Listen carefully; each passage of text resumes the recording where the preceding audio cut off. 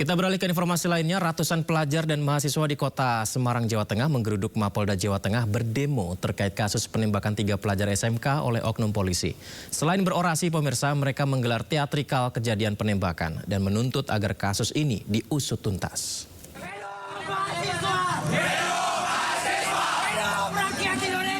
Buntut tewasnya seorang pelajar SMK Negeri 4 Semarang berinisial GR yang ditembak R, oknum polisi narkoba Polrestabes Semarang, mendapat perhatian luas dari masyarakat.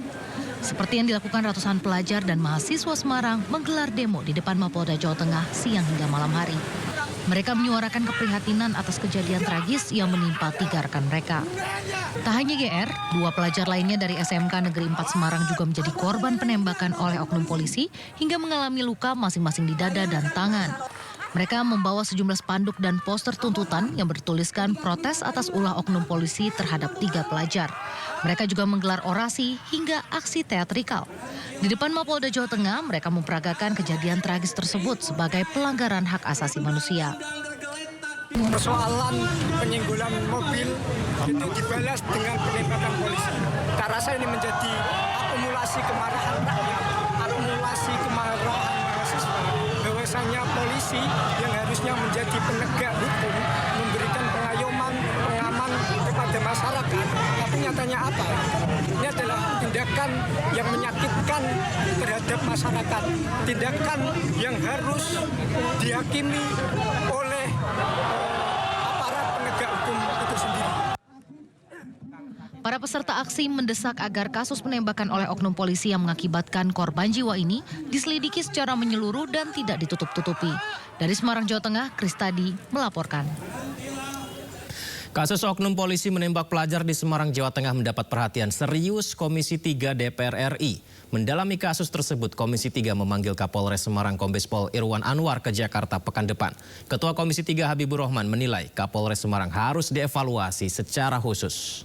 Yaitu penembakan terhadap pelajar sehari menjelang hari H di Semarang, Provinsi Jawa Tengah. Ya, banyak sekali masyarakat yang mengatakan bahwa Kapolresnya perlu mendapatkan evaluasi khusus. Kami sependapat juga ya, karena Kapolresnya ini setelah kejadian saya telepon saja nggak angkat telepon.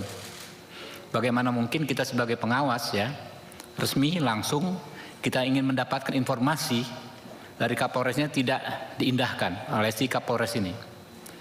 Padahal peristiwanya sangat luar biasa. Saya dengar memang ada 1 orang meninggal, ya, 3 orang terluka. Lalu dengan seenaknya diklaim sebagai gangster. Gangster seperti apa, gitu kan? Nah, kami akan memanggil khusus si Kapolres ini pada kesempatan yang secepat-cepatnya. Tim sukses calon gubernur dan calon wakil gubernur Jakarta nomor urut 3 Pramono Rano mengadakan syukuran di Rumah Cemara, Menteng, Jakarta Pusat. Acara ini pemirsa diadakan menyusul perolehan suara Pramono Rano yang unggul sementara berdasarkan hasil hitung cepat. Ya, inilah rumah pemenangan Pramono Rano di Jalan Cemara, Menteng, Jakarta yang diramaikan oleh para pendukung yang bersukacita. Mereka bersyukur atas perolehan keunggulan suara Pramono Rano berdasarkan hasil hitung cepat sementara. Ketua Tim Ses Pramono Rano, Lis Hartono ataupun Cak Lontong ya, ini mengklaim Pramono Rano raih suara sebesar 50,07%. Pria yang akrab disapa Cak Lontong ini menganggap kemenangan Pramono Rano sebagai kemenangan warga Jakarta yang memberikan suara dengan hati dan pikiran yang jernih. Di Cemara 19 pada saat ini terlihat kesibukannya meningkat. Ini berkaitan dengan rasa syukur kita karena kita memperoleh hasil yang sangat baik di Pilkada Jakarta 2024. Saya selaku Ketua Tim Ses, terima kasih didampingi Pak Sekretaris dan jubir kita dan semua teman-teman yang menunggu kita selama Pilkada ini. Seperti kita ketahui bahwa kemarin paslon kita Mas Pram dan Bang Dul juga sudah mendeklar ya bahwa karena pada per 28 November kemarin perhitungan yang dilakukan real count di KPUD Jakarta itu terhadap formulir C ya hasil KWK per kemarin itu sebenarnya sudah masuk 100% TPS. Dan seperti disebutkan hasilnya bahwa paslon 03 mendapatkan 2.183.577 suara atau sama dengan 50,07%. Dan hasil rekap kita. Ya, dari rekap kita dan juga ini mengacu pada formulir C yang dilakukan real count-nya oleh KPU di Jakarta. Dan artinya dengan hasil yang dicapai tersebut sesuai dengan Undang-Undang Nomor 29 Tahun 2007 dan Undang-Undang DKJ Nomor 2 Tahun 2024, di mana gubernur dan wakil gubernur DKI Jakarta yang dipilih secara langsung melalui pemilihan kepala daerah dengan perolehan lebih dari 50% plus 1 suara, itu yang dinyatakan memenangkan Pilkada DKI Jakarta. Dan dengan hasil yang 50,07%, maka kita menyatakan bahwa Pilgub DKI Jakarta berjalan dalam 1 putaran. Dan dengan itu seiring juga karena dari lembaga independen yang melakukan penghitungan juga, Jaga Suara, itu menghasilkan presentasi yang sama untuk pasangan 03, yaitu sekitar 50,07%. Dan untuk itu kita semua di sini dalam rangka mensyukuri anugerah Tuhan Yang Maha Kuasa karena perjuangan kita. Warga Jakarta telah selesai menggunakan hak pilihnya. Kini para calon yang berkompetisi saling klaim Pilkada Jakarta berjalan 1 atau 2 putaran.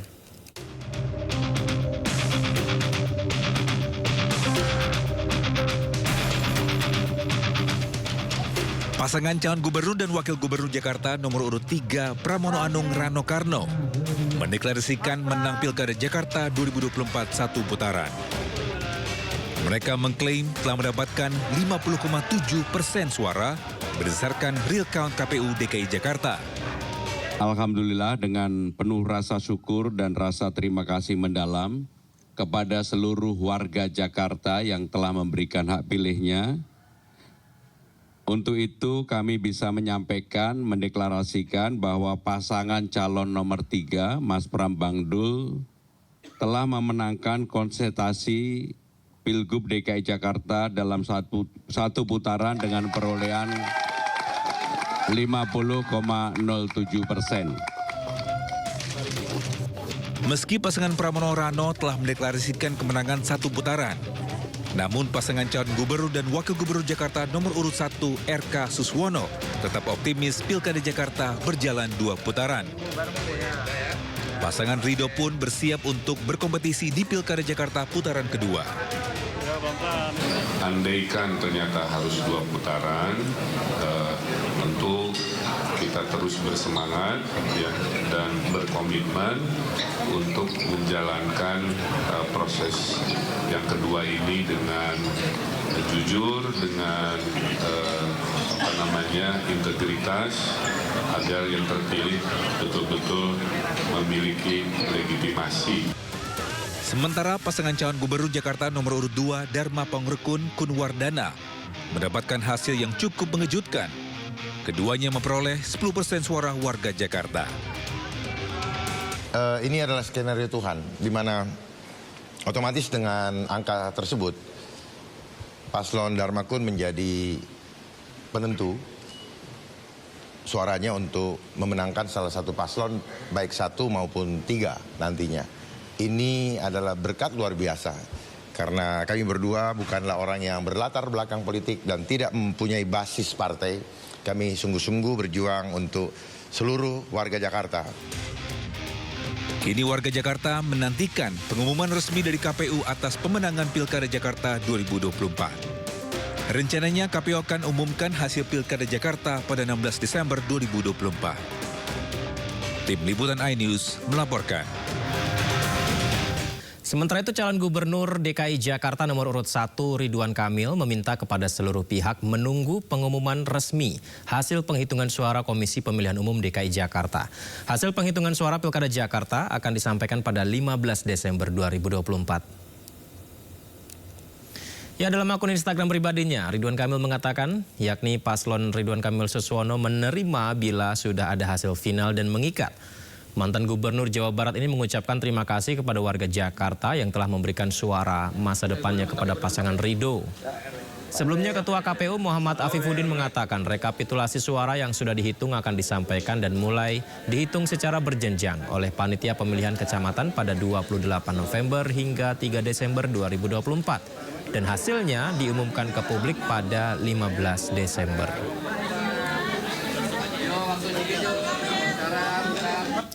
Komisi Pemilihan Umum siap melakukan evaluasi total Pilkada Serentak 2024. Hal tersebut merespon partisipasi pemilih di Pilkada yang dianggap lebih rendah ketimbang Pilpres 2024 lalu. Anggota KPU RI Agus Melas mengatakan saat ini lembaganya masih fokus memantau rekapitulasi suara pilkada oleh KPU daerah. Ia mengaku lembaganya sekilas melihat partisipasi pemilih pilkada di Pilkada Serentak 2024 ini di bawah 70% pemirsa. Dan menurutnya angka ini biasanya terbilang normal ketimbang Pilpres 2024. Agus memastikan KPU siap melakukan evaluasi soal partisipasi pemilih yang dianggap menurun pada Pilkada Serentak 2024.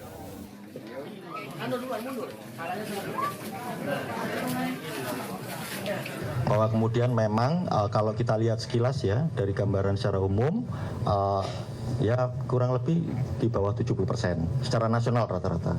Meskipun rata-rata nasional biasanya kalau dalam konteks pilkada dibanding pilpres pileg atau pemilu nasional itu biasanya di bawah.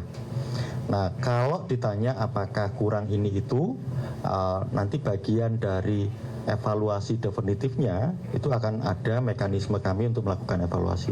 Tapi apakah misalnya alasan lokasi TPS segala macam sebenarnya ya itu mungkin akan jadi bagian-bagian dari evaluasi. Komisi 3 DPR RI melakukan evaluasi atas pengamanan Pilkada 2024. Walau secara keseluruhan pengamanan terlaksana baik, namun di tengah tahapan penghitungan berjenjang rekapitulasi suara terjadi bentrok warga akibat saling klaim kemenangan. Ada beberapa informasi yang kami dapatkan di Sekretariat Komisi 3, tepatnya ada 5 informasi tentang kejadian yang cukup menonjol. Yang pertama adalah kejadian di Puncak Jaya, Papua Tengah ya. Itu ada bentrokan antar pendukung karena terjadi saling klaim kemenangan. Kami terus pantau kejadian tersebut dan kami anggap respon Polri sudah tepat ya, yaitu melakukan pengamanan dengan tindakan yang tegas dan terukur. Kemudian juga di Memberamo Tengah, Provinsi Papua Pegunungan. Lalu ini juga terkait dengan pencoblosan ya di Papua Tengah ya. Kemudian di Jeneponto, Sulawesi Selatan. Di Aceh, ini yang tadi pagi kami mendapatkan masukan soal adanya saling klaim kemenangan antara 2 kontestan di mana proses rekapitulasi berjenjangnya saat ini sedang berjalan dan masyarakat sangat meminta kami bersuara agar ya pihak keamanan terutama Polri di sana menjamin ya tidak terjadinya kecurangan ya dalam proses rekapitulasi yang berjenjang tersebut. Pemirsa, KPU RI saat ini sedang merampungkan rekapitulasi suara melalui Sirekap dan berikut proses rekapitulasi KPU melalui ruangan data center mereka.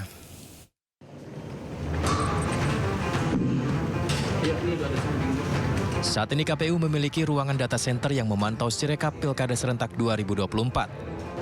Hasil hitung suara dari TPS di seluruh Indonesia dikirim ke server KPU dan dipantau oleh puluhan petugas KPU di ruangan ini. Form C hasil yang diterima server KPU dikelola di ruangan ini, di mana petugas disiapkan komputer dan layar besar untuk terus memperbaharui informasi terkini terkait laporan hasil hitung suara di setiap daerah. Ruangan data center KPU RI ini tadinya adalah ruangan serbaguna, yang kemudian dialihfungsikan sementara untuk memaksimalkan fungsi Sirekap. Ini adalah ruang serbaguna KPU Republik Indonesia yang kami sulap menjadi seperti data center untuk pemantauan Sirekap di seluruh Indonesia dari tingkatan TPS sampai dengan tingkatan KPU provinsi yang melangsungkan Pilkada tahun 2024. Nah, kerja-kerjanya adalah memantau bagaimana Sirekap ini bisa terkirim kepada server ketika misalnya belum mencapai target, misalnya kami harapkan bisa 100%, tergantung pada kondisi wilayah, apakah punya internet atau enggak internet. Tapi bagi wilayah yang tidak punya isu terkait dengan internet, kami minta untuk bisa dapat mengirimkan 100% data C hasil dari setiap TPS secepat mungkin. Jadi ketika KPPS sudah melangsungkan pemungutan suara dan kemudian dihitung, dan kemudian teman-teman kami minta untuk memotret C hasil di setiap TPS untuk ditayang ke server KPU, dan sekarang semua publik bisa ngecek di info publik yang dengan kanal pilkada2024.kpu.go.id. KPU RI mengklaim kinerja website pilkada2024.go.id Sirekap sudah semakin baik. KPU telah melakukan uji coba berkali-kali sebelum difungsikan. Ruangan data center ini juga meminimalisir kesalahan pengumpulan penghitungan suara dari seluruh Indonesia. Tim Liputan iNews melaporkan. Dan Pilkada Jakarta sudah memasuki tahap akhir. Pemirsa, kita akan melihat perolehan suara sementara untuk Pilkada Jakarta 2024 berdasarkan data dari KPU RI.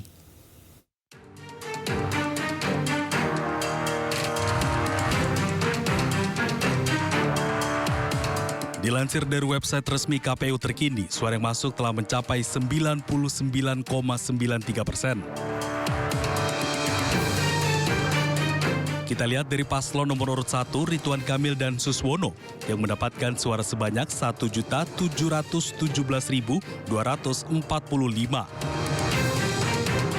Sementara paslon nomor urut 2, Dharma Pongrekun dan Kunwardana, meraih 458.886 suara. Dan paslon nomor urut 3, Pramono Anung dan Rano Karno, memimpin dengan 2.181.939 suara. Total suara yang masuk 4.358.070 suara, yaitu sekitar 53,03%. Dari suara yang masuk, paslon Pramono Rano memimpin dengan 50,07%. Kemudian disusul dengan Ridwan Kamil Suswono dengan 39,40%. Dan Dharmakun 10,53%.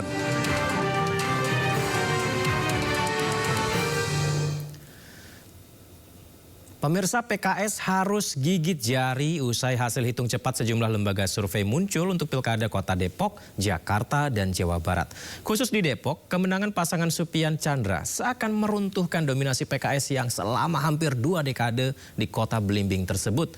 PKS juga harus legowo karena pasangan yang diusung di Jakarta dan Jawa Barat hasil quick count kalah.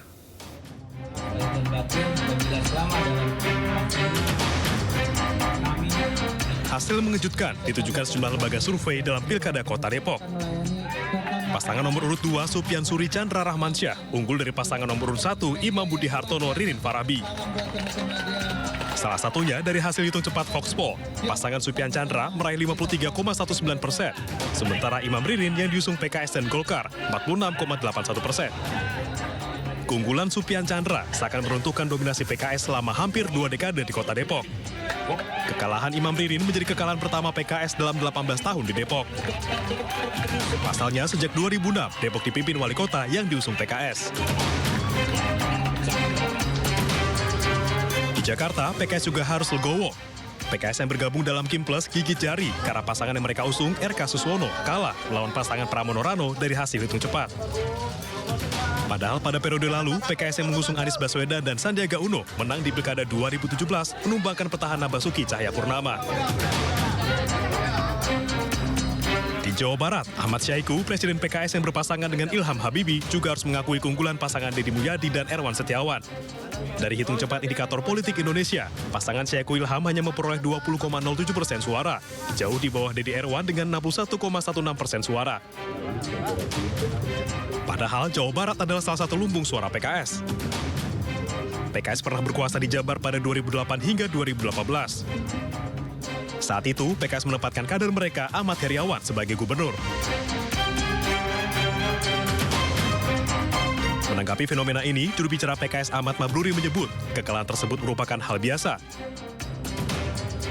Pihaknya juga mengaku akan melakukan evaluasi internal, khususnya di Depok, Jakarta, dan Jawa Barat.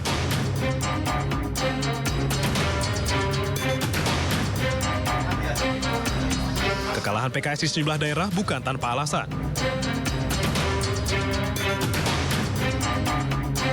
Pengamat politik Arief Nurul Imam menyebut, kekalahan PKS bisa jadi karena tokoh yang diusung adalah tokoh-tokoh yang kurang menjual, sehingga tidak mendapat atensi dan dukungan dari pemilih.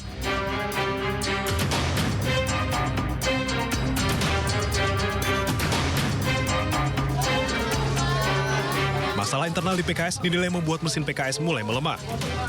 Khusus di Depok, selama hampir 2 dekade, PKS dinilai tidak punya warisan membanggakan. Kegagalan PKS di Jakarta, Depok, dan Jawa Barat dinilai bisa menjadi momentum positif untuk menata ulang soliditas organisasi partai. Tim iNews melaporkan.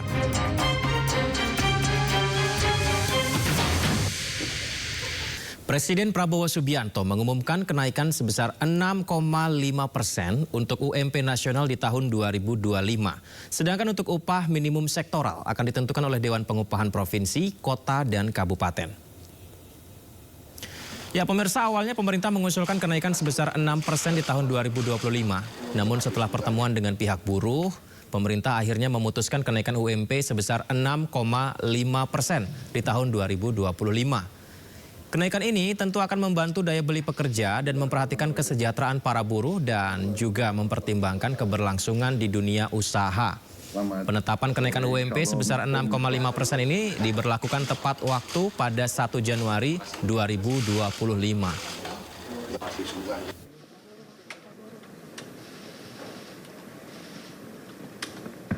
Menteri Tenaga Kerja mengusulkan kenaikan upah minimum sebesar 6%. Namun setelah membahas juga dan melaksanakan pertemuan-pertemuan dengan pimpinan buruh, kita ambil keputusan untuk menaikkan rata-rata upah minimum nasional pada tahun 2025 sebesar 6,5%. Untuk upah minimum sektoral akan ditetapkan oleh Dewan Pengupahan Provinsi, Kota, dan Kabupaten. Ketentuan lebih rinci terkait upah minimum akan diatur oleh Peraturan Menteri Ketenagakerjaan. Ya, pemirsa, upah minimum untuk buruh telah ditetapkan naik sebanyak 6,5% dari yang sebelumnya diusulkan di angka 6%. Apakah cukup untuk hidup layak? Kita akan membahas hal ini bersama juru bicara Kantor Komunikasi Presiden, Ujang Komarudin, serta Ketua Umum Federasi Serikat Buruh Persatuan Indonesia, ada Jumisih. Dan kita juga menghubungi pihak dari Apindo, namun belum bisa bergabung di dialog kita malam hari ini. Saya sapa narasumber saya. Assalamualaikum, selamat malam Bapak Ibu, apa kabar? Waalaikumsalam warahmatullahi wabarakatuh. Bang Yudi, alhamdulillah baik. Terima kasih sudah bergabung di Dialog Sindo Prime. Pak Ujang, bagaimana menjelaskan bahwa kenaikan UMP hingga 6,5% ini sudah mempertimbangkan kondisi dunia usaha dan juga mempertimbangkan kebutuhan buruh, Pak Ujang?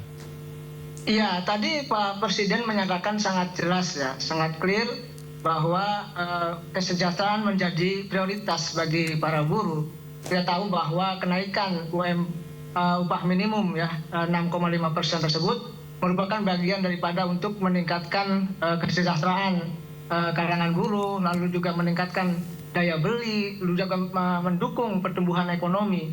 Jadi ini merupakan bagian kabar baik bagi masyarakat, khususnya ya kalangan buruh, di mana pemerintah sangat peduli. Bagaimana Pak Prabowo sangat perhatian dan prioritas untuk mensejahterakan kalangan buruh. Oleh karena itu 65% adalah angka yang menurut saya yang bagus, yang baik ya untuk harmonisasi ya, untuk keseimbangan jalan tengah antara kepentingan buruh dengan kepentingan dunia usaha. Dan ini tentu sudah dikaji sangat dalam oleh Pak Presiden terkait dengan kenaikan tersebut. Bagaimana Pak Presiden mempersiapkan upah minimum tersebut ya menjadi bagian daripada tadi bagaimana menciptakan kesejahteraan bagi kalangan buruh, di saat yang sama juga tentu untuk menciptakan keseimbangan bagi para buruh dan dunia usaha agar betul-betul buruh juga sangat bahagia, gembira dengan kenaikan 6,5% tersebut. Di saat yang sama juga tidak merugikan kalangan dunia usaha. Bagaimana keseimbangan ini dijaga oleh Pak Presiden, oleh pemerintah, ya agar memang semuanya bisa berjalan dengan baik dalam konteks pertumbuhan ekonomi ke depan. Baik, menjaga keseimbangan untuk pengusaha serta kesejahteraan jadi prioritas untuk kaum buruh. Kenaikan 6,5% juga untuk mendukung kebutuhan buruh. Ibu Jumisih, naik 6,5%. Cukupkah itu, Ibu Jumisih?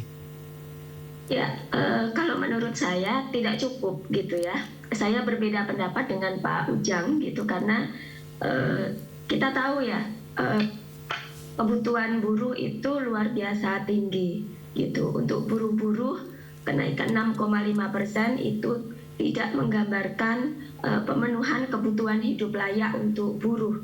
Apalagi tadi disebutkan bahwa ini juga akan ada kenaikan UMSP gitu. Dan kita tahu bahwa pada saat kita berhitung soal UMSP itu landasannya adalah UMP.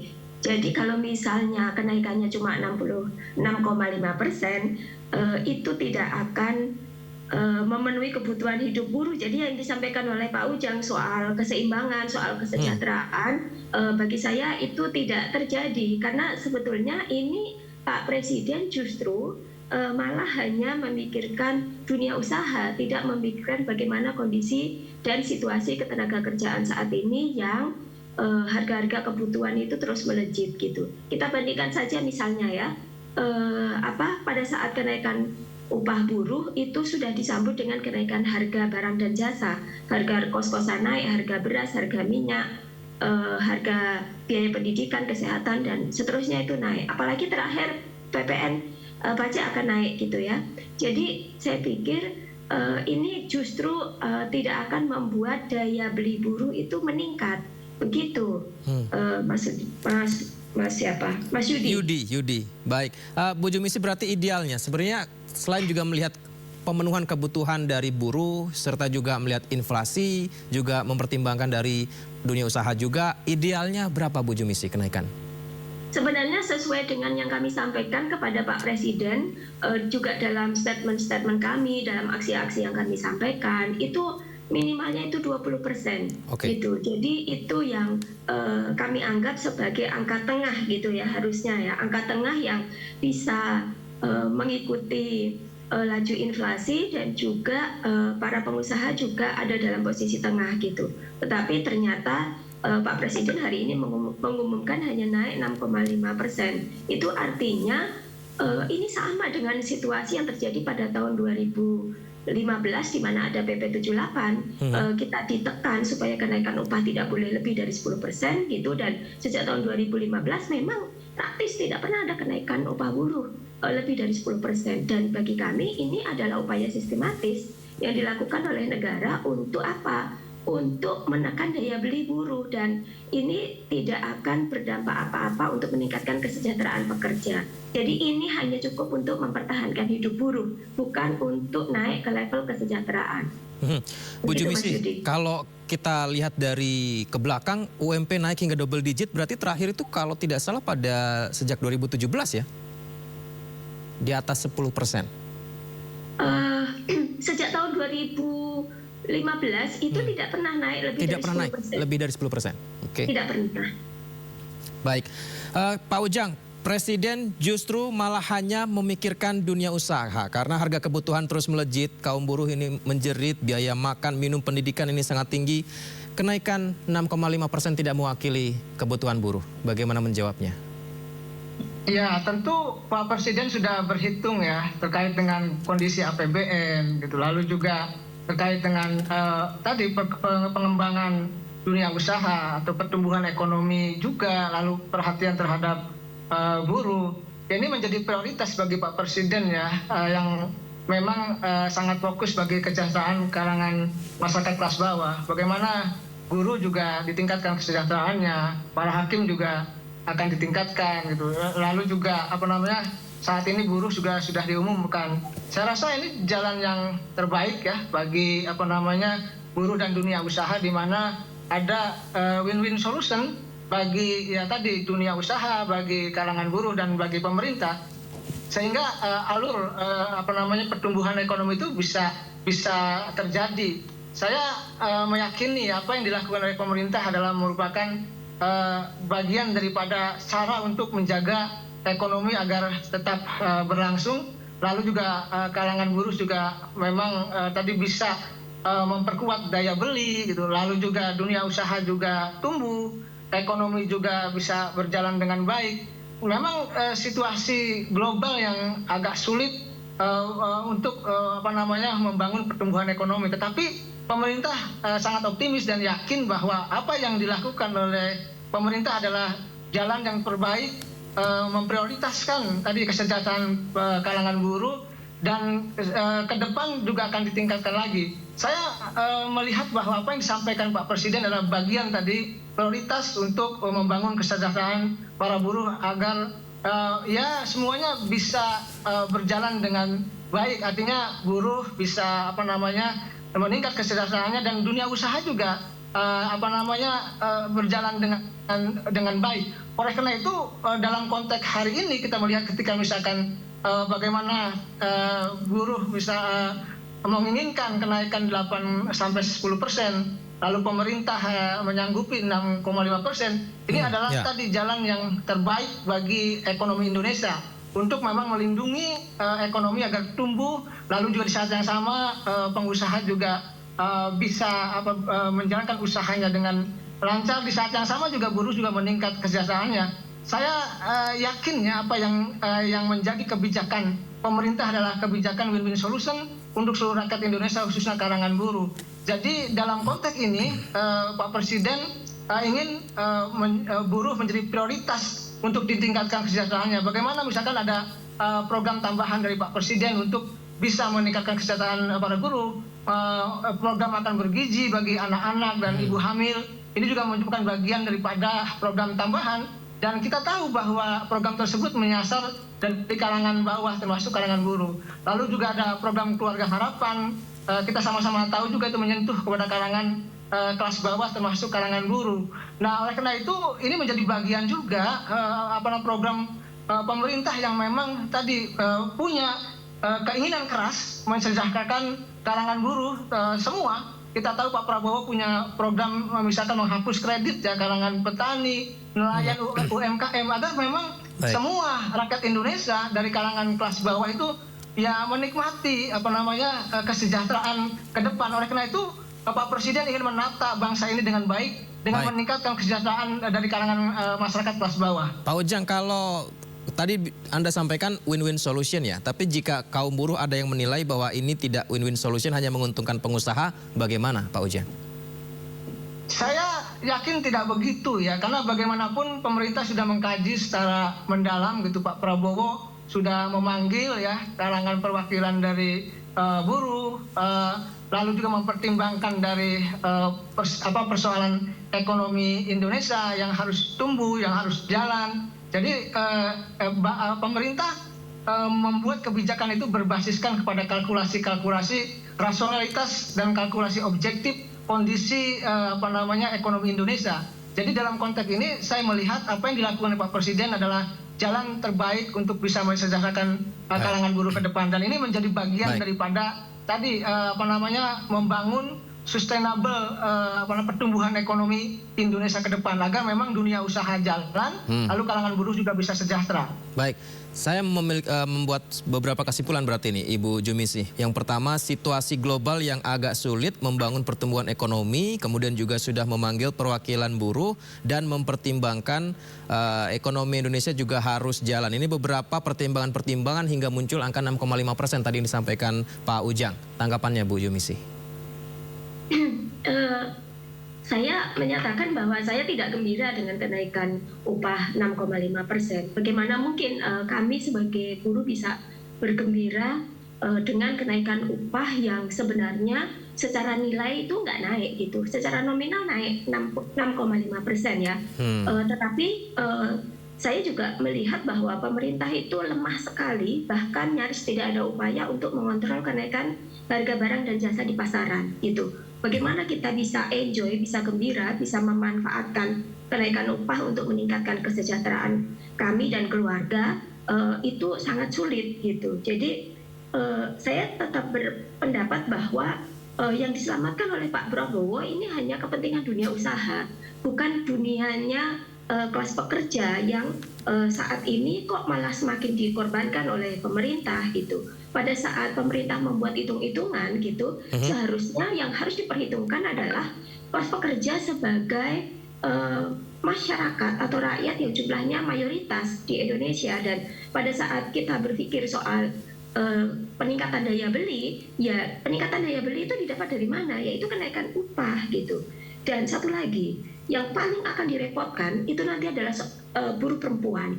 Buruh perempuan itu in basic ya, dia itu memanajemen pengeluaran dalam keluarga, mulai dari pendidikan, makan, kesehatan anak dan seluruh keluarga gitu. Jadi buruh perempuan yang paling direpotkan. Dan kemudian dalam perkembangannya di tahun-tahun terakhir, kenaikan upah yang tidak pernah mencapai lebih dari 10% itu membuat banyak teman-teman buruh yang terjerat rentenir, terjerat pinjol, pinjaman online, dan itu sangat menyulitkan bagi buruh untuk meningkatkan taraf hidupnya gitu. Jadi terkait juga dengan program makan bergizi dan insentif ibu hamil, program yang tadi disampaikan gitu. Sebetulnya itu menguntungkan dunia usaha gitu. Ini kan kayak semacam charity ya. Tetapi kalau mau berdampak jangka panjang, itu adalah bagaimana targetnya itu betul-betul sampai kepada masyarakat ke bawah, dan nilai upah itu harus nilainya 2, naik secara nominal dan naik secara value. Jadi daya serap terhadap upah itu bisa lebih tinggi. Begitu. Jadi kalau misalnya ada perwakilan buruh yang hari ini dipanggil gitu, saya kok menyayangkan ya.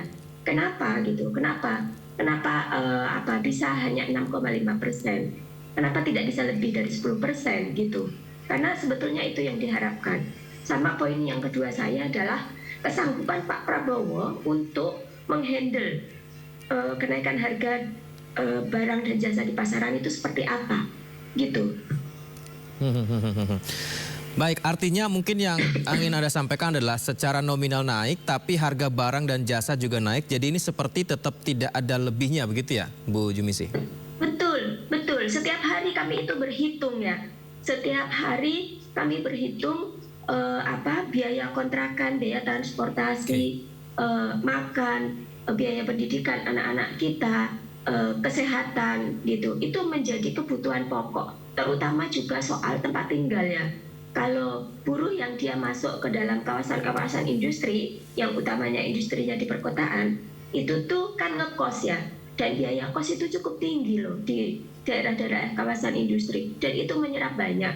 Satu lagi juga soal anggaran untuk daycare. Sampai sekarang itu pemerintah itu belum mengupayakan bagaimana ada daycare untuk anak-anak pekerja gitu. Jadi saya pikir ini juga perlu direalisasikan karena biaya daycare atau pengasuhan anak buruh itu juga mengambil sekitar 10-20% dari upah yang diterima oleh buruh selama ini gitu. Jadi upah itu jangan diputuskan berdasarkan kebutuhan hidup untuk buruh yang lajang. Karena buruh itu kan juga ada yang berkeluarga, ada yang anak 1, ada yang anak 4. Itu bagaimana memperhitungkan itu? Itu yang belum dihitung oleh pemerintah. Begitu Mas Yudi. Baik, Pak Ujang, dengan detail banyak yang disampaikan Ibu Jumisi tadi. Mungkin gambaran sederhananya begini ya, ketika ada buruh yang yang misalnya dia mengontrak, ini mungkin ketika dapat informasi kenaikan UMP bersyukur, tapi ternyata nilai kontrakannya juga naik juga. Nah ini kan kenaikannya jadi nggak kerasa nih, gimana Pak Ujang? Ya tentu pertama harus menjadi sesuatu yang harus kita hormati apa yang disampaikan oleh Pak Presiden ya. Kalau saya ingin mengatakan bahwa ini kebijakan yang menjadi solusi untuk tadi meningkatkan kesejahteraan. Karena bagaimanapun tadi selaras dengan apa yang dilakukan Pak Prabowo juga terkait dengan petani, nelayan, UMKM, termasuk kalangan buruh yang memang Pak Presiden punya prioritas terkait dengan kesejahteraan mereka semua. Nah, dalam konteks kenaikan upah ya 6,5% tersebut, ini menjadi bagian tentu kepedulian dari Pak Prabowo ya, kenaikan yang tentu akan diperjuangkan kembali ya ke depan. Pak Prabowo tidak berhenti hanya di angka 6,5%, tentu akan menjadi prioritas kesejahteraan ke depan. Nah, dalam konteks misalkan APBN kita ya apa namanya yang harus dijaga gitu. Lalu juga pertumbuhan ekonomi yang harus terus berjalan. Tadi saya katakan juga dunia usaha juga agar nyaman. Maka ya 65% merupakan angka 6, yang bisa yang terbaik yang dilakukan oleh Pak Prabowo untuk bisa tadi menjadi keseimbangan antara dunia usaha dengan dunia pekerja. Dan saya meyakini apa yang dilakukan oleh pemerintah adalah win-win solution atau solusi yang terbaik ya bagi buruh dan bagi kalangan pekerja. Ya, tentu pemerintah tidak dalam konteks ini tidak mendukung siapapun, tapi bagaimana dunia usaha itu bisa tumbuh, bisa berjalan, bisa untung, di saat yang sama kalangan buruh juga bisa sejahtera. Tentu Pak Prabowo sebagai presiden yang perhatian terhadap kalangan masyarakat kelas bawah termasuk kalangan buruh akan memperjuangkan upah ini ya terus ke depan agar menjadi prioritas bagi kesejahteraan kalangan buruh. Dan komitmen itu kan harus dijaga ya. Komitmen itu harus bisa direalisasikan oleh Pak Presiden. Dan saya meyakini apa yang dilakukan oleh pemerintah menjadi bagian tadi solusi bagi dua kekuatan kalangan buruh dan kekuatan dunia usaha. Ini kan harus dijaga oleh pemerintah, dijaga oleh Pak Presiden. Dan angka 65 adalah angka yang menurut hemat saya angka yang terbaik apa yang bisa dilakukan oleh Pak Presiden. Begitu. Tadi disampaikan Bu Jumisi 20% ya Bu Jumisi ya, yang ideal untuk kenaikan yang diharapkan untuk bisa mencapai hidup ideal kaum buruh, betul ya Bu Jumisi ya? Iya. Baik, Pak Ujang, ketika komunikasi Presiden tadi disampaikan juga mempertimbangkan bersama dengan kaum buruh dalam komunikasi itu. Apakah tidak disampaikan hal tersebut? Dengan kebutuhan yang tinggi ini, adakah dari mereka menyampaikan kenaikan 20% juga yang diusulkan? Dijawab setelah jeda, Pak Ujang dan Bu Jumisi. Kita akan kembali lagi setelah jeda berikut, pemirsa, tetap di Sindu Prime.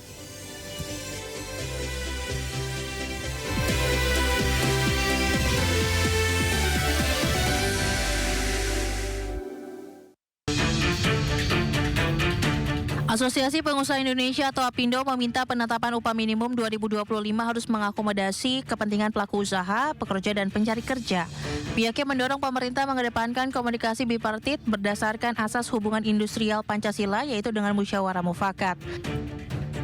Sinta menyoroti ketentuan pengaturan upah minimum yang terus berubah-ubah yang membuat investor ragu dalam menanamkan modalnya di Indonesia. Tercatat sudah ada 4 kali perubahan formula dalam penentuan upah minimum provinsi. Terbaru ada susulan perubahan dari Peraturan Pemerintah Nomor 51 Tahun 2023 usai adanya putusan Mahkamah Konstitusi. Dilihat daya tarik Indonesia kan sebenarnya besar, cuma selalu permasalahan Indonesia itu kan kepastian gitu. Nah, ini salah satu contoh karena terus terang harapan terhadap Undang-Undang Cipta Kerja itu sangat besar karena itu pertama kalinya kita punya reformasi struktural yang benar-benar besar-besaran gitu. Jadi harapannya besar mengenai yang sudah terjadi gitu. Makanya mereka mempertanyakan ini berita soal mengenai kondisi labor policy yang berubah ini juga menjadi pertanyaan gitu. Sinta menambahkan perlambatan pada banyak sektor industri membuat kondisi perekonomian Indonesia hanya tumbuh 4,95% di kuartal ketiga 2024. Indonesia juga mengalami persoalan pekerja sektor informal dan tingginya angka pengangguran. Pemerintah diminta bergerak cepat menciptakan lapangan pekerjaan.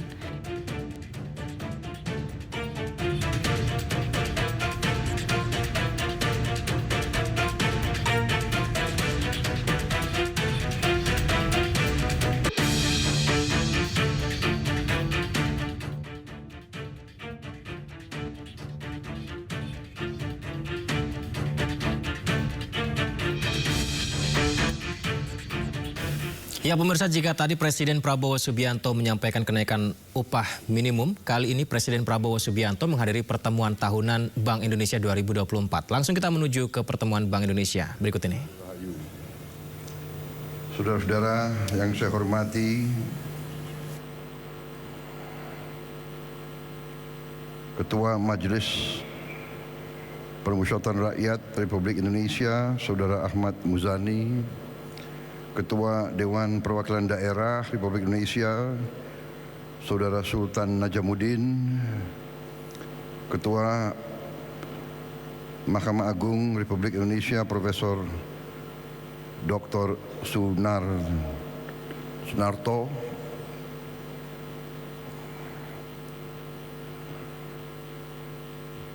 para Menteri Koordinator, para Menteri, Ketua Dewan Ekonomi Nasional, para Wakil Menteri Kabinet Merah Putih yang hadir, yang saya hormati, Gubernur Bank Indonesia, Bapak Peri Warjio beserta seluruh jajaran Bank Indonesia yang saya hormati dan saya banggakan, para gubernur dan pejabat gubernur provinsi yang hadir, yang saya hormati dan saya banggakan, para pelaku industri keuangan, pelaku ekonomi, serta tamu undangan yang hadir, yang saya hormati dan saya banggakan. Terima kasih atas undangan, yang juga para duta besar yang hadir, negara-negara sahabat, Your Excellency, ambassadors from friendly countries. I see our good brother from the United Arab Emirates. I just came from Abu Dhabi. Thank you very much. Saudara-saudara sekalian, terima kasih atas undangan ini. Saya diundang walaupun secara mendadak. Memang kita harus siap didadak. Setiap saat kehormatan besar saya diminta bicara di rapat tahunan Bank Indonesia, dan saya sangat senang, sangat gembira dengan tema yang diangkat, yaitu sinergi, ya.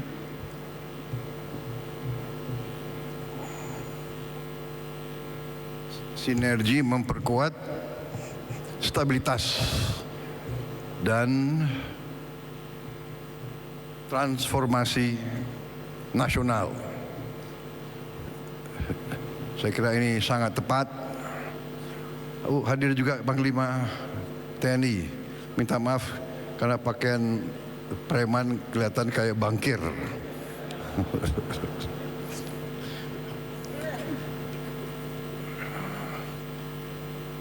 Kapolri hadir nggak, Kapolri? Oh, Kapolri. Waduh, waduh. Kalau ada Panglima TNI, Kapolri, saya merasa aman. Jadi saudara-saudara, saya sangat senang dengan tema ini. Memang inilah kunci daripada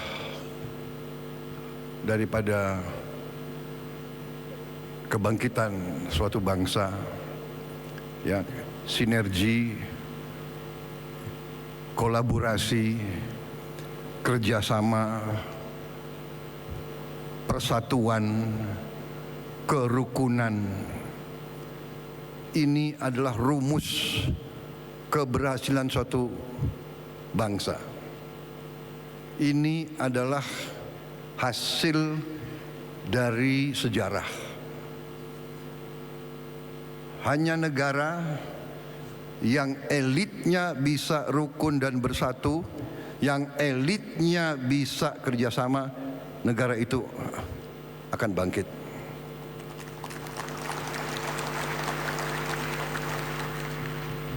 Jadi saya kira kalau sudah temanya seperti ini, tidak perlu saya banyak kasih pengarahan lagi. Karena you are on the right track. Kalau Gubernur BI, kalau para pengendali perbankan Indonesia memiliki semangat seperti ini artinya semangat cinta tanah air. Karena kalau ada kesadaran sinergi dan ada pemahaman bahwa stabilitas yang akan memungkinkan transformasi suatu bangsa, berarti kita berada dalam kondisi yang kuat. Karena apa? Karena memang bangsa kita, negara kita, Indonesia, memang diberi suatu karunia. Saya ulangi, bukan satu, diberi karunia yang terus-menerus, yang luar biasa.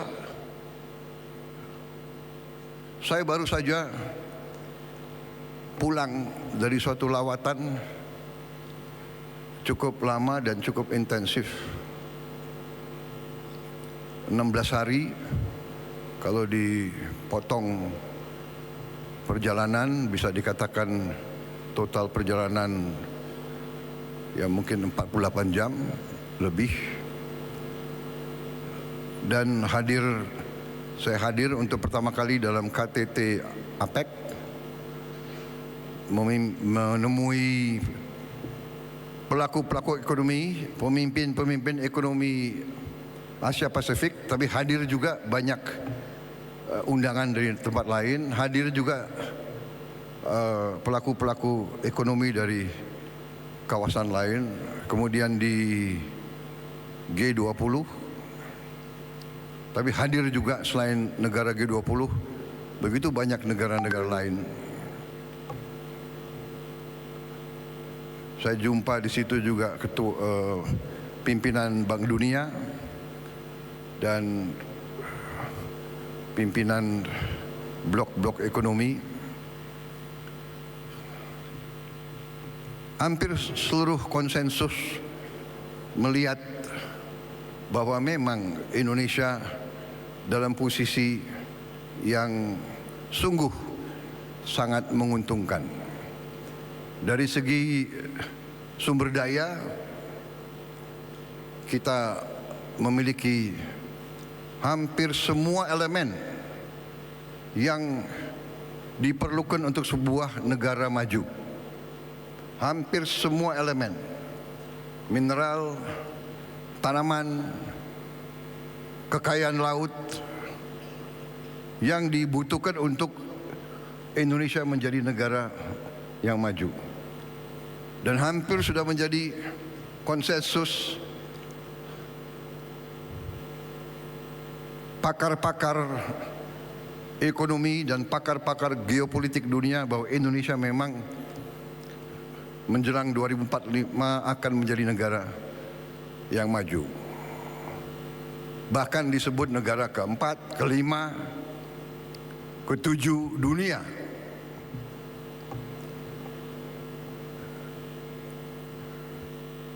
Kita faham kekayaan kita. Kita faham. Kita mengerti.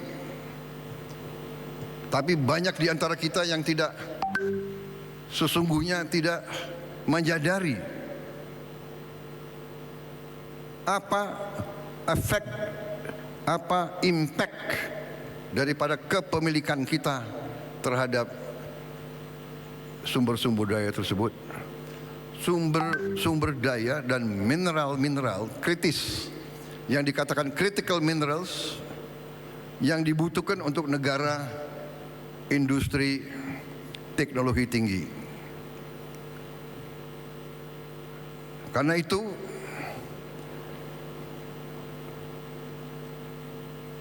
pelaku-pelaku perbankan, terutama mereka-mereka yang bertanggung jawab atas kebijakan umum, atas regulasi dari pihak pemerintah, dari pihak otoritas keuangan, memainkan peran yang sangat penting. Dan untuk itu saya ucapkan terima kasih kepada Gubernur Bank Indonesia, jajaran Bank Indonesia, jajaran otoritas keuangan, dan semua pengambil keputusan, semua yang bertanggung jawab atas perumusan dan pengendalian ekonomi Indonesia, termasuk menteri-menteri dan menko-menko saya, termasuk tokoh-tokoh pemerintahan, tidak hanya masa sekarang, tapi masa-masa yang lewat. Kita berada di posisi ini karena keberhasilan pendahulu-pendahulu kita. Saudara-saudara sekalian, setiap saya keliling Indonesia disegani. Jadi saya memang menikmati mungkin usaha kerja keras pemerintah-pemerintah yang sebelumnya. Karena saya hadir di KTT tersebut kurang 1 bulan berkuasa, kurang 1 bulan menjabat, saya sudah dihormati. Bukan Prabowo yang dihormati, Indonesia yang dihormati. Dan dalam forum ekonomi tersebut, kenapa Indonesia dihormati?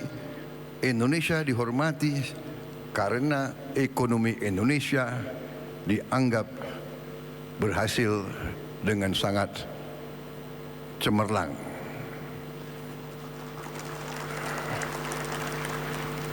Jangan terlalu sering tepuk tangan. Kampanye sudah selesai.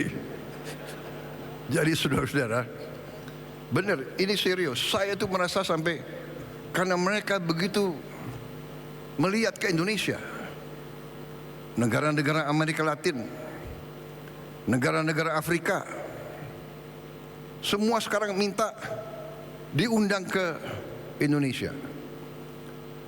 Bulan Januari, Presiden Angola minta ke Indonesia. Bulan Februari, Presiden Kongo, Democratic Republic of Congo, Felix Tshisekedi, temannya Pak Luhut, minta ke sini.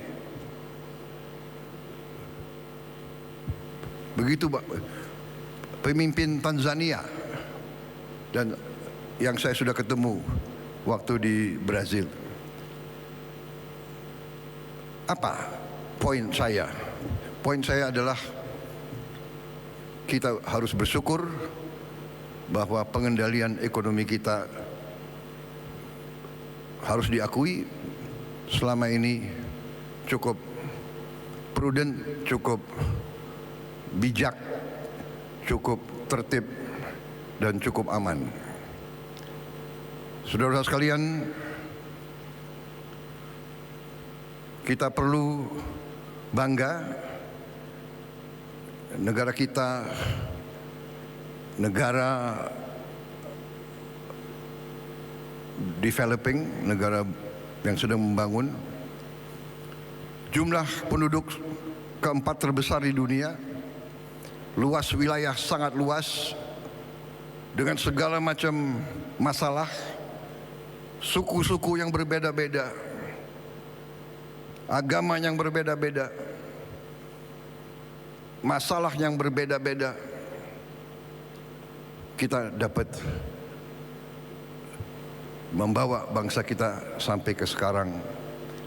Inflasi yang sangat rendah, pertumbuhan di atas rata-rata dunia. Saya bangga kenapa?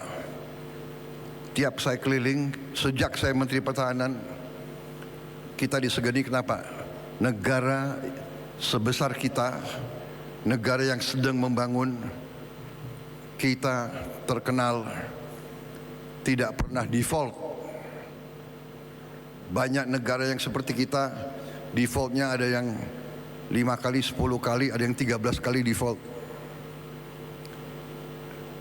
Negara yang termasuk industri yang maju, teknologi yang maju, inflasinya pun di atas 60%.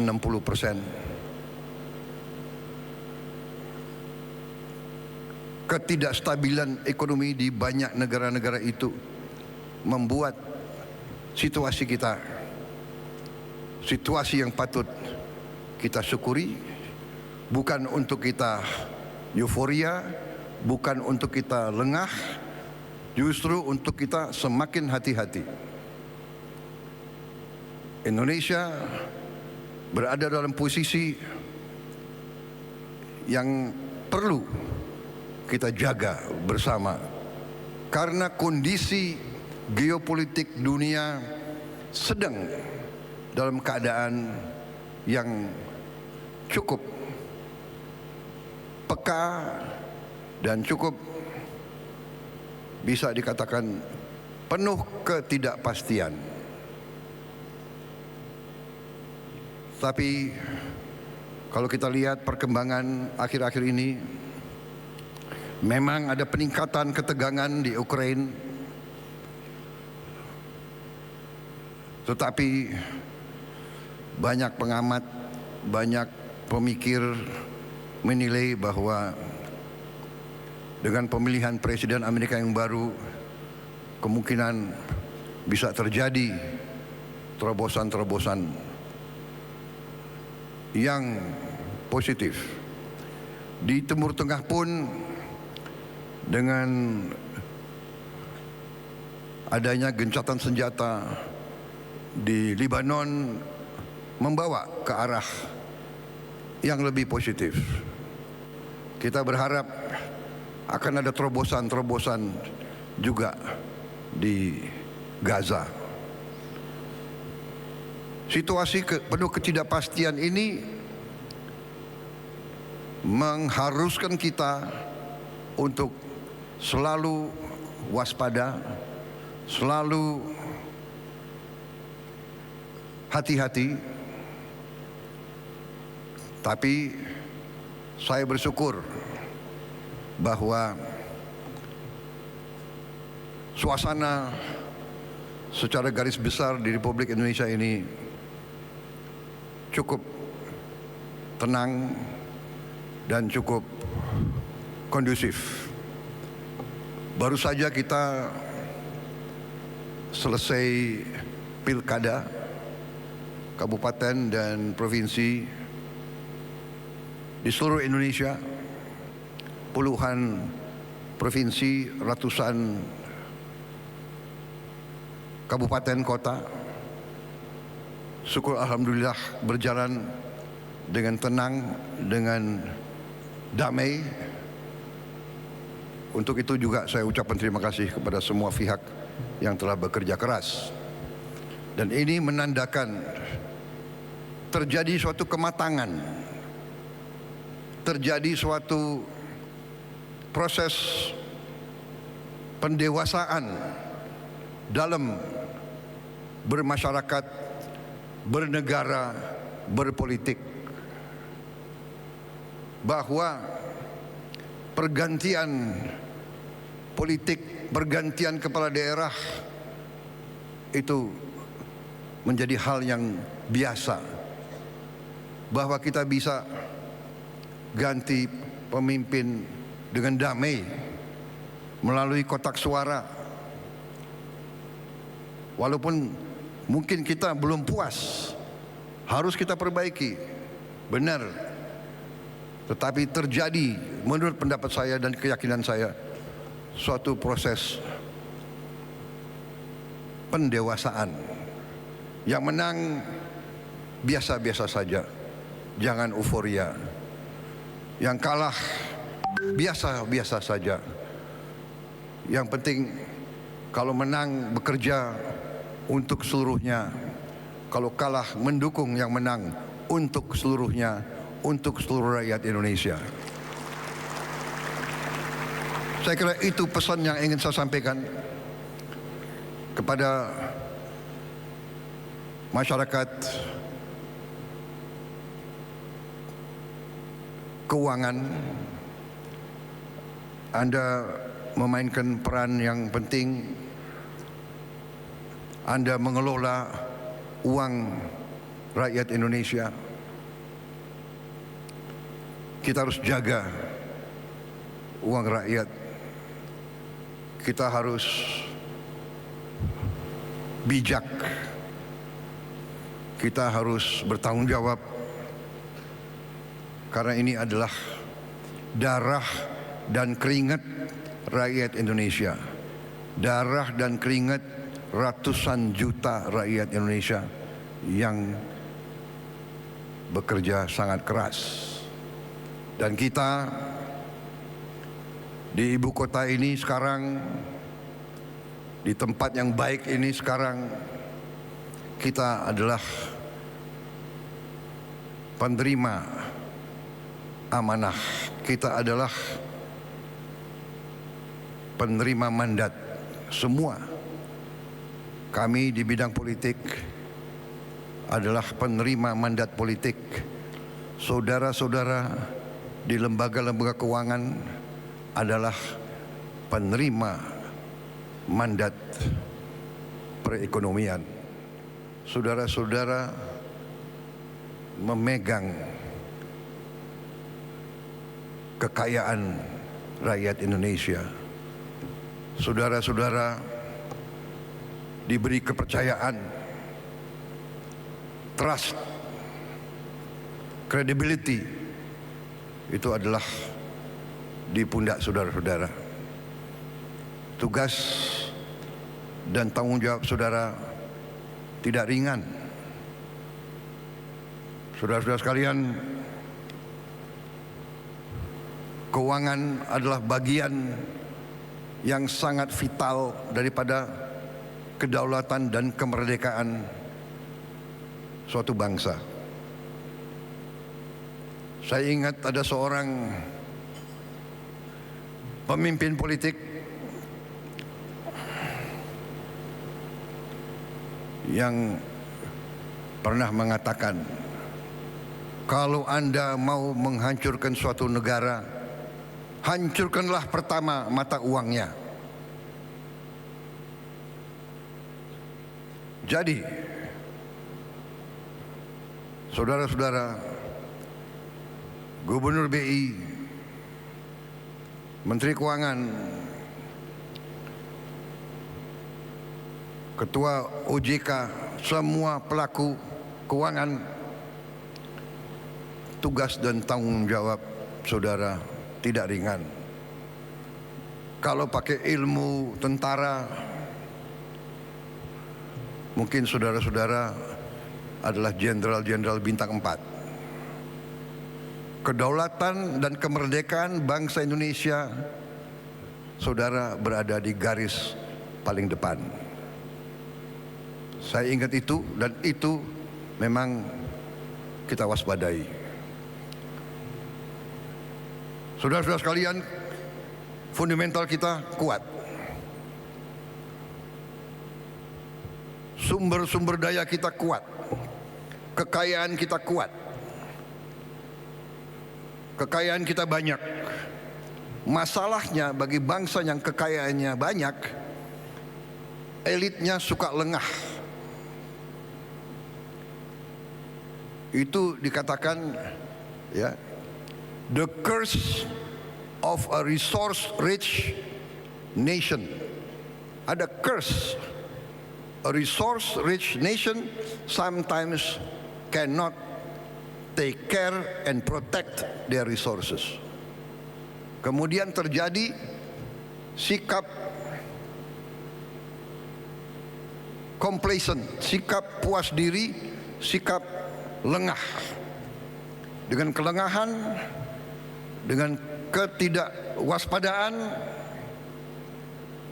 terjadi kebocoran-kebocoran yang tidak perlu terjadi. Saudara-saudara sekalian, saya kira secara garis besar itu yang ingin saya sampaikan. Tugas Gubernur BI, seluruh jajaran BI tidak ringan. Tugas menteri-menteri di bidang ekonomi tidak ringan. tugas otoritas keuangan tidak ringan. Rakyat, nasib rakyat ratusan juta ada di pundak saudara-saudara. Ada dalam kebijakan, ada dalam keputusan saudara-saudara. Karena itu, sekali lagi saya terima kasih atas perjuangan saudara. Kita bersyukur sekian puluh tahun dengan segala kekecewaan kita, dengan segala kekurangan, dengan segala harapan kita yang lebih, kita bersyukur kita berada di posisi ini. Kita harus lebih tertib, harus lebih waspada, akan kita atur, akan kita kurangi hal yang tidak benar. Ya, kita harus bertekad menciptakan pemerintah yang bersih.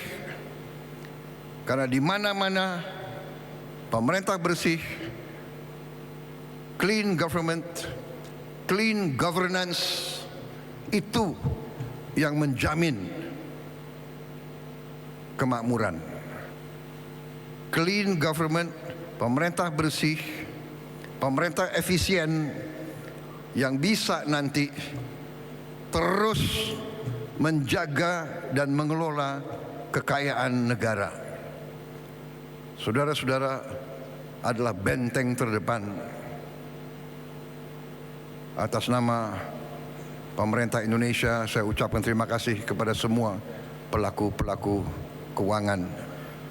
Jagalah kepercayaan rakyat, berbuatlah yang terbaik, berfikirlah yang terbaik untuk keselamatan dan kebaikan masa depan bangsa Indonesia. Memang sengaja arahan-arahan saya sudah disiapkan pointers, sekian persen ini, sekian persen itu. Saya kira saudara lebih mengerti hal-hal seperti itu. Saya menyampaikan garis besar, saya menyampaikan tonggak-tonggak, saya menyampaikan harapan rakyat, saya menyampaikan suasana dan situasi umum yang kita hadapi. Saya percaya saudara akan menjaga kepercayaan itu. Saya percaya di hatimu semua, di hati semua pelaku, di hati semua pengambil keputusan, di hati tadi saya katakan panglima di bidang ekonomi. Saya percaya dan yakin di dalam hatimu merah putih, di dalam hatimu cinta tanah air. Saya percaya itu. Mari kita bersama sinergi semua unsur di semua bidang dengan semua keahliannya. Kita harus bekerja sebagai satu kesatuan. Bersama-sama kita akan berhasil. Saya yakin itu. Kita akan mencapai apa yang kita harapkan, apa yang kita cita-citakan.